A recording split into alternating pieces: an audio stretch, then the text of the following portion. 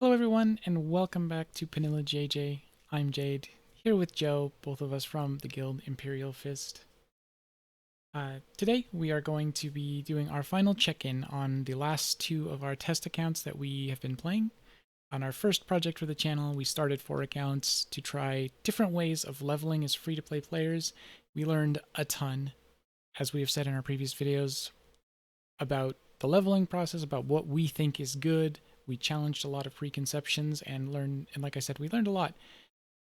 We really enjoyed the project, and at this point, though, it is time for us to kind of move on from it. We have a lot more videos we want to do for you guys. Also, it's a lot playing extra accounts, like especially like this week when they threw like 3 new events at us.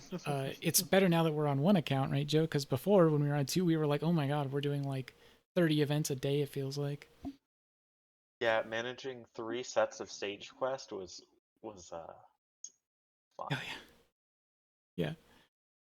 Which is funny because we actually have a guild, someone in our guild who did 3 sage quests because they wanted to win on one of them, and I think they won on 2 or 3 of them out of the 3, which Yeah, was pretty yeah, crazy. they did. They're very good at the game. That is Meror. Meror, if you're watching, shout out to you. We really enjoy talking to you about theory stuff, so cool. Yeah, But I mean, we definitely need more stage quest mains, I right, guess. we do. It's a fun mode for It is sure. really fun. It is. So what we're going to do is we're going to start. Joe's going to share with us his final thoughts on the Starflame Rush account, kind of show you how it ended up, where it ended up, what he's learned. So go for it, Joe. I'm going to pop bubbles. Yeah, absolutely. Yeah, good luck with your Busta move. Um, so I ended at 21-8 in Journey. I've been petering out over the last week, so I haven't been playing quite as much as I could, but I think this is a pretty reasonable representation of where this account would be at this stage. Um, I'll go into a little bit more of the characters, but just kind of while I'm here, I want to highlight some of the weaknesses of this kind of setup. Um, and those are Aurora and Hypnos. So this is a stage with Aurora, and basically any stage with Aurora I struggle with because um, Skogul will get locked down, and the rest of my team will die, and then I get and like I the team is kind of set up to be for Skogul to eventually be able to 1v5, but I mean, you need as much time. You want to buy as much time to get Skogul going as possible, and you just don't get that when there's an Aurora on the other team. Mm-hmm. Then Hypnos is kind of similar, where Hypnos will turn Skogul into a snowman, and then that will lock down energy regeneration, which is brutal, and then it will set up a bunch of free attacks for who's ever left, and that will kind of completely remove my ability uh to 5v1, which Right. is the whole point of To my win, yeah. team count.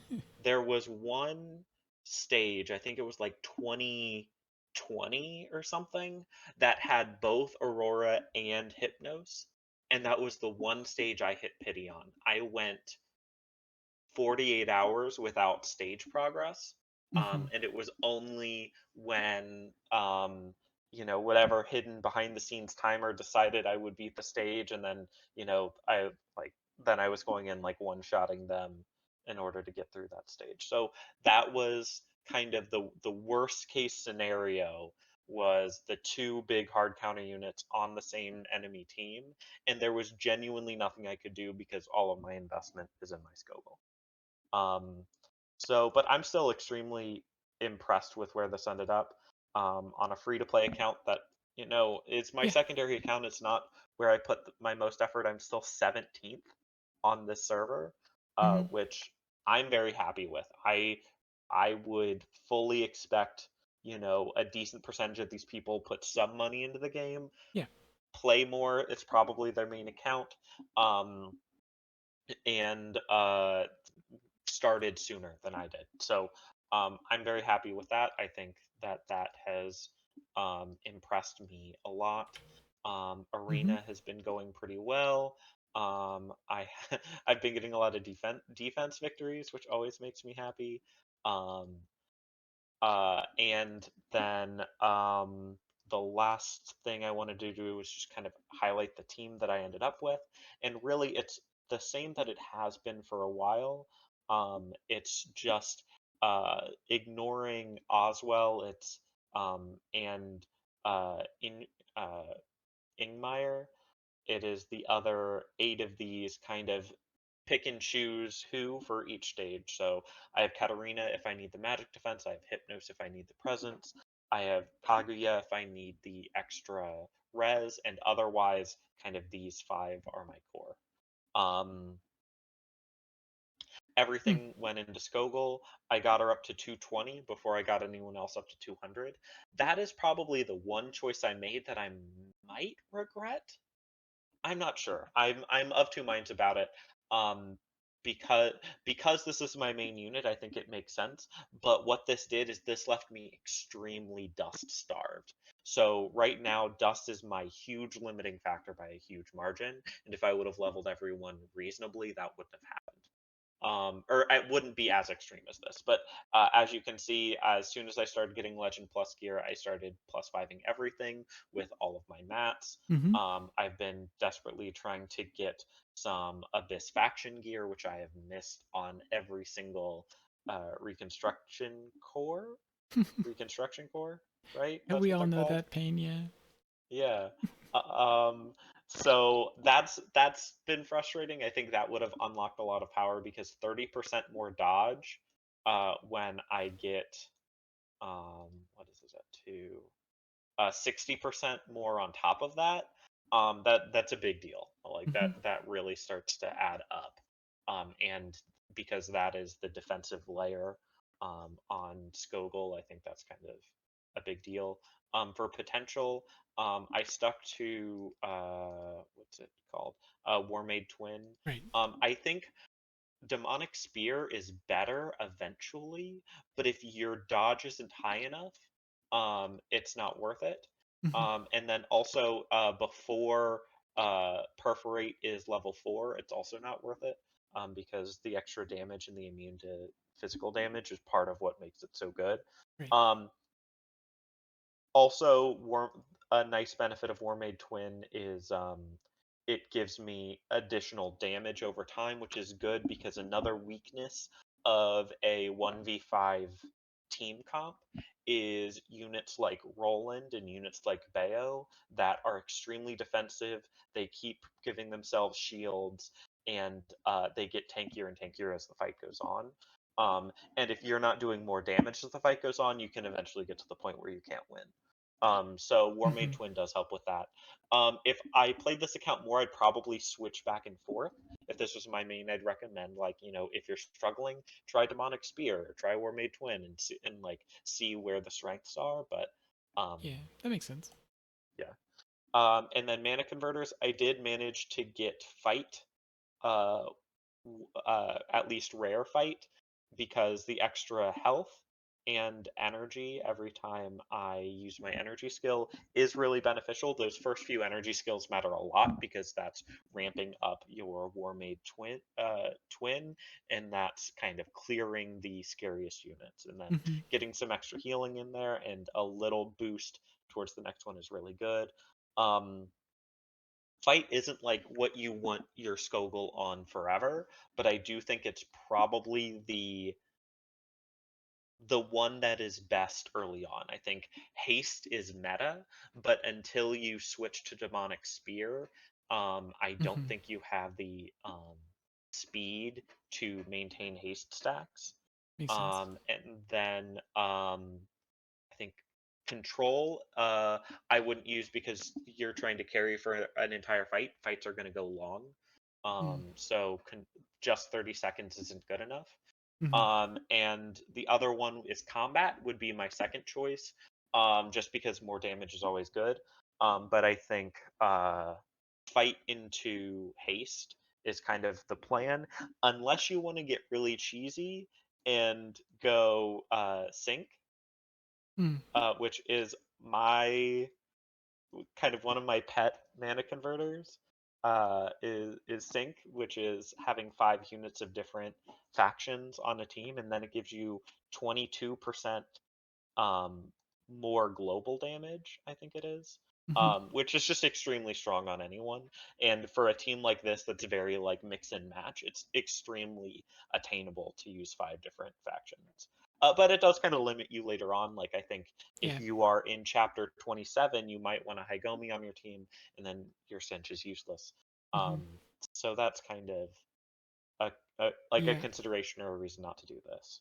That's actually funny because I remember when I started playing, and I before I really like was in the Discord, before I was really like starting to get into the nitty gritty of the game, I liked Garanol, and uh, thought she was gonna end up being like my main unit, and so and I got sync for her because I was like, well, she's Temple. I'm never gonna have other Temple units on my team.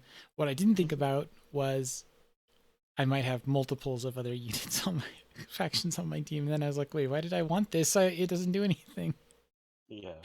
Uh, so I do understand. Like I was when initially I looked at it and I was like, well, that seems really good. All I have to do is have one of each different faction. But now I'm much lower on sync. To me, sync like makes up for a little bit. Like it's like kind of makes up for not having your faction bonus, but you can still get like a 3-person faction bonus with any character you would want sync on. And to me, I'd just rather have the other stuff that does more. Yeah, so Like I I mean, really sync is like kind of like a combat. pet I really thing. like yeah. 22% is a lot. 22% more damage is extremely strong. So I think if if you would otherwise not have a faction bonus, I think sync is really good, but Hmm. it's one of those dumb things where like, oh, this is actually useless on my team now with my current build. Right. And then it goes from being maybe the strongest, maybe tied for the strongest, depending on your other options, Hmm. to does literally nothing for you. Yeah. So I mean, for new players or for people who don't definitely know what they're doing, I would not recommend putting sync on your like top 5 mana Hmm. converters. But if you want something fun and you kind of want a more like novelty team, and you want like surprising tankiness, like an extra 11% damage resistance Hmm. is not something that people are going to expect from a unit like Skogel. Right. Um, but that can be fun Hmm. as well. Um, Last thing to talk about, which I think I already said, but last thing, lore. Um, Fighter lore is actually really good for Skogel because you Hmm. you're gonna dodge every second. Yeah. So all of this like restoring 20 energy can only be triggered once a second. That's going to happen a lot when you're 1v5ing. Hmm. So a lot of the and like you have extra stacks of dodge and crit, and like getting to uh fighter 20 fast I think is actually really important. Hmm. If I had more time here I would get tank up um Mm. a little bit, Yeah. just because going from a 5v1 to a 5v3 would benefit Skogel a lot. Yeah. So keeping those tanks up a little longer would be really beneficial. And eventually, like, I don't think you can do a 1v5 comp through to chapter 28. I think at some point you need a more balanced comp. Right. And when you do that, you're going to want tanks that actually stay alive. Hmm. Otherwise, like if you did want to go all in on fighter, you could, start the long grind to uh, fighter 30. Um, this is good. I mean, giving extra life steal is always extremely strong. Restoring 100 dodge. I don't know how this stacks with your 80% extra. Does that mean 180 dodge, or does it Hmm. just restore 100? Yeah. My guess is it probably is only 100, so it's probably less good than it feels. Hmm. Um, but yeah, that's kind of the other piece of this. Um, this is really good. I think we might talk about this in other videos, but I do legitimately think this is a extremely strong strategy for people. As you can see, I already have 5 mythics. I am not worried about unit Hmm. or hitting 240 and being blocked by not having enough mythics. Right. I have had no problems um, with fodder on this account because I'm using all factions. Hmm. Um, and I guess the upside of leveling a abyss hero is that it consumes none of your fodder, so all of my fodder went to other units. Yeah. Um, yeah, I think I've been extremely happy with this account. I'm a little sad to see it go, but my free time is not sad to see it go. Um, Yeah. it'll It feels definitely be like a good lot. then. Does Yeah. like it. We've talked about it in pretty much every video. I think almost every video we've mentioned just how much extra work playing, like completely playing an alternate account is in this game, because when you start an account there's so much to do. You know, a lot of these events that they're doing are interesting and fun, but when you have to do them 2 or 3 times, like I have more respect now for people who run 2 or 3 alts, and also more understanding as to why they may miss days on them. uh, Totally. I completely you know, agree. like it's yeah. And so yeah, so that brings us to basically this Draconia Rising account. Final notes on it. um One, I had a lot of fun because my main account did not use Draconia at all. When I only just recently started even being able to use Draconian units in a useful fashion, so playing with them has been a lot of fun. I've enjoyed this account. The big takeaway from this account for me is one that I kind of expected, but I did want to see kind of where it happened, and it happened around uh what are we now? 6 weeks in, 7 weeks in. Um, I'm Yeah, still in chapter 16, although I have not had time to push a lot. I did just push all of chapter 16 2 days ago, or 15, I mean. So like I can push from here. I just haven't had time. Even with auto battle, it just feels like I don't, because you have to, like, when auto battle on, you can't go tap skip on the dialogue. If you do, it cancels auto oh battle. yeah. So it's like when I'm at work, I just leave my phone on auto battle sometimes. But that being said, around the 6 to 7 week mark is when I really started feeling the crunch for fodder. I, you know, I started using with basically a 5 Draconian team, um, and now I am looking at, like, man, where can I get, like, I ate like a bunch of my Yugo copies. I ate just like a bunch of SSR copies just to keep progressing, because I was stuck like at not having enough heroes. Like and I still haven't even got all my heroes to 180. I also, like I said, I I started slower on this because I was sick. It's not a direct comparison, but this is one thing we are going to talk about in one of our next videos, which is the fact that despite the fact that I played a little less and didn't have as much time to start with because I got really sick, it doesn't explain the disparity in progress between our accounts. Like, even your blue account that you were playing a lot did not progress as fast, to my knowledge, as the Skogel account. And one of the reasons that we think, that I think, and I think you agreed, that we think that happened was because when you do your Starflame pulls, you get a ton of resources doing that. You get resources that actually advance you in the game versus just fodder copies you get from doing like regular blue ticket pulls and faction pulls in the tavern. And from what we talked about before the video, you kind of agreed with me on that, so I'm gonna say it. I really do think that that is part of what pushed you and this account farther ahead than even some of the playtime disparity would explain. Oh, I completely agree. I Yeah. think that the other thing was is not wasting resources on faction tickets Mm-hmm. because I was so flexible with Yeah. faction, um, that like you know, I didn't need to worry about that, so I could get, dust or potential materials or regular summon tickets or whatever. And then I was able to spread all my fodder out to each faction. Like I have units of every single faction that Yeah. I play regularly, which is a extreme luxury after playing a single faction or majority single faction account. Yeah, because that's what we both ended up doing on our kind of faction test accounts, which was an alliance one basically, and a draconian one.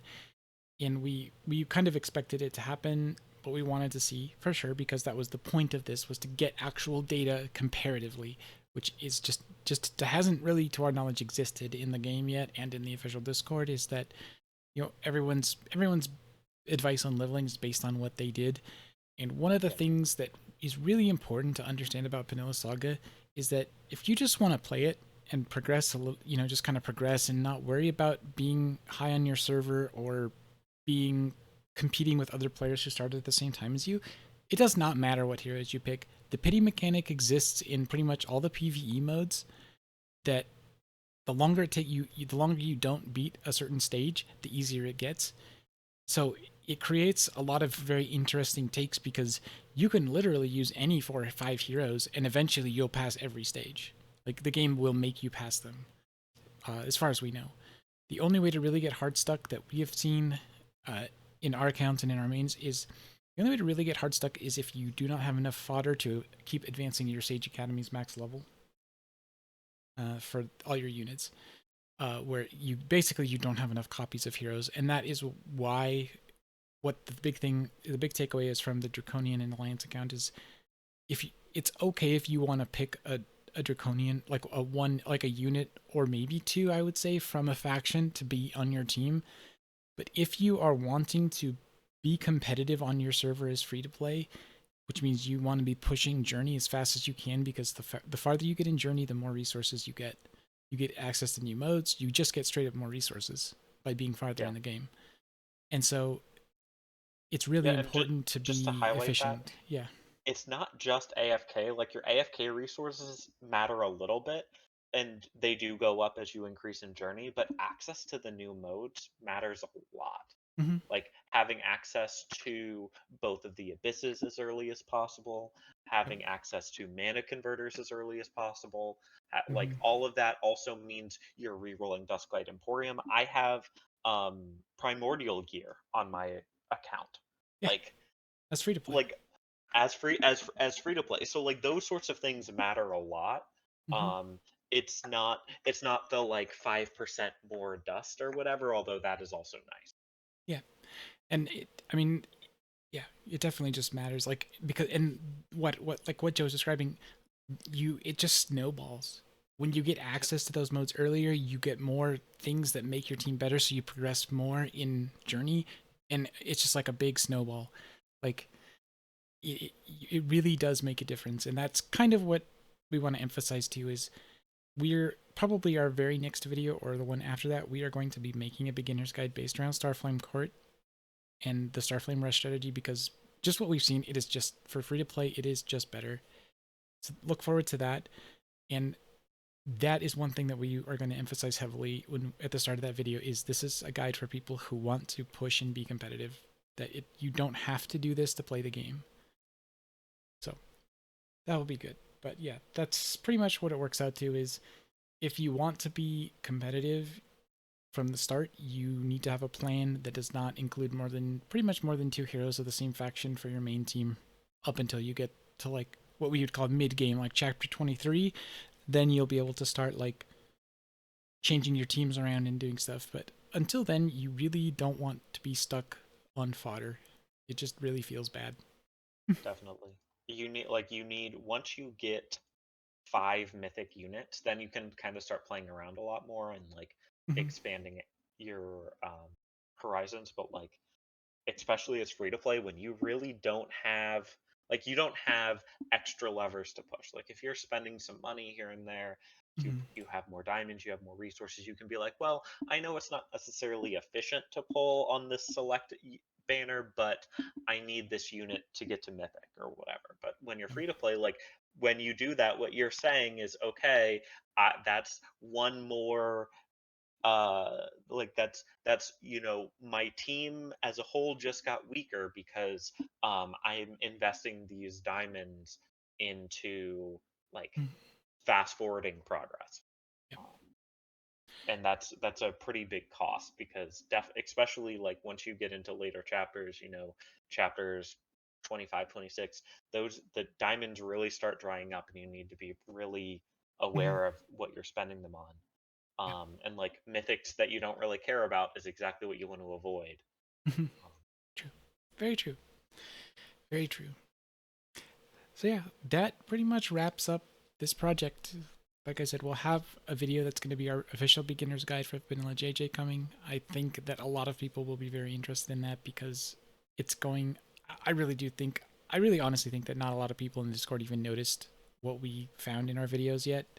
But we're going to be posting the beginner's guide in the Discord in the guide section, which a lot more people look at than the content creator section. which is fine. Like, I get it. Like, not everybody wants to consume content about the game they play. We don't expect you to. I just think that newer players that see that will be like, oh wow, that seems really good, and they will be able to be more competitive if they want to. And I'm excited Yeah, for that. me too. I'm really curious to get more eyes on this, see what other people think, if there's stuff we overlooked, or if maybe units we overlooked, or things like that. I think I think people who had Anna as their main carry probably experienced something before 21 where like the damage kind of starts winding down a little bit, the survivability starts winding down a little bit. I'm really Mm-hmm. curious if people have like Ingrid as a solo carry, if that, if people were happy with the progress there. But I think kind of one of the things you said earlier is what makes it so hard to talk about in the Discord is that all of us are already past this stage. So when we talk about advice, we're talking about what we remember from when our account was at this stage. And because of the way the pity mechanic works, you might not even realize you're struggling. Like you Mm-hmm. might you might be like, oh, I guess like I'm not progressing as fast as normal, but that's just because the game's getting harder or whatever. But really, like you could be selling yourself pretty short. And I think this is a good demonstration where if you are like if you do try to go all faction and then all of a sudden you're scrambling for fodder, like you ended up uh 5 chapters behind Mm-hmm. Yeah. where I ended up. And like it's not a skill issue. Both of us know the game in and out. Both of us play this game a lot. Yeah. It's not a skill issue. The like a couple of days here and there wouldn't make a difference. Wouldn't make Wouldn't that. make the Yeah. difference that you're seeing here That we're seeing. Yeah. anyway. It's true.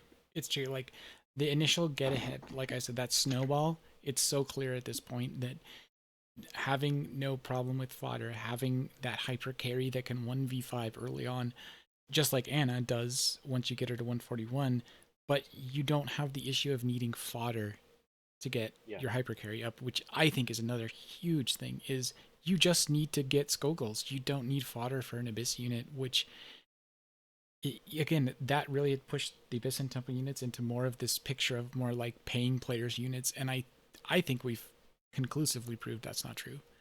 Like they they are actually easier to build as a main carry. Some of these, or just have like have one, is very achievable for free to play, and is a very good idea. It will help you with fodder issues because you'll have one unit that doesn't need fodder to get to Mythic. You just Yeah. need more copies of the unit. Yes, they cost more, but you get a lot of resources from pulling Starflame, and that makes it more than makes up for it in our opinion. So Completely agree. cool. One last thing. Shout outs to this 1,000 draws. Mm-hmm. If this wasn't in the game, I think we need to rewrite our guides. This It's true. is the source of basically all of the resources on my Starflame account because all of my diamonds went into Skogel Yeah. copies. If I wasn't getting 10 tickets a day, Mm-hmm. there's no way I would have the other mythics required, and there's no way I would have been able to spend 0 diamonds and still get to 1420. Right.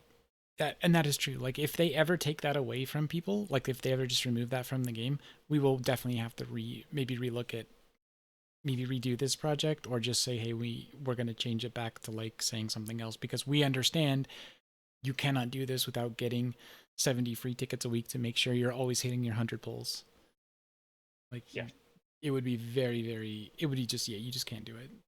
You would need to do more planning to take advantage of some of the like price down banners. I think they have one going on right now, don't they? Yeah, they you would usually do. Yeah, yeah. like The choice of stuff like this becomes much more of a conversation when there's not 1,000, when there's not 10 free tickets every day. I You're like, completely agree. I could get, Katarina copies, which is very good. I could pull for her 10 times a day for 5 or 6 days, or however long they do these. Like that becomes a conversation then suddenly. So, but without getting too much into that, I think we're done. I think we're gonna move on to new ideas and new things to look at. As we've said, we're gonna do the beginner's guide probably next. We want to make sure that video is really concise and just straightforward. So if we don't have time to get it ready, we may do something else first. But that's our next plan.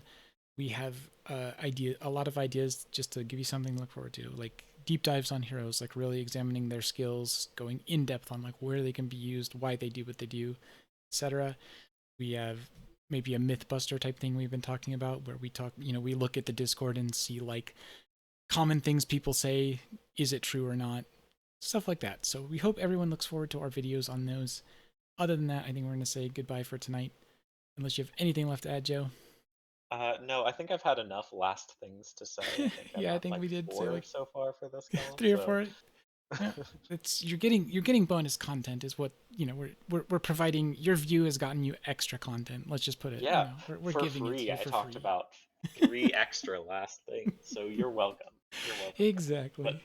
no, I have nothing else for this video. All right. It's been fun. It's been really interesting to go through it again. I definitely didn't remember a lot of kind of the first few Yeah. weeks, and it's given me a much better perspective on it. Mm-hmm. I agree. Well, once again, this is Jade and Joe signing off. We will talk to you all later.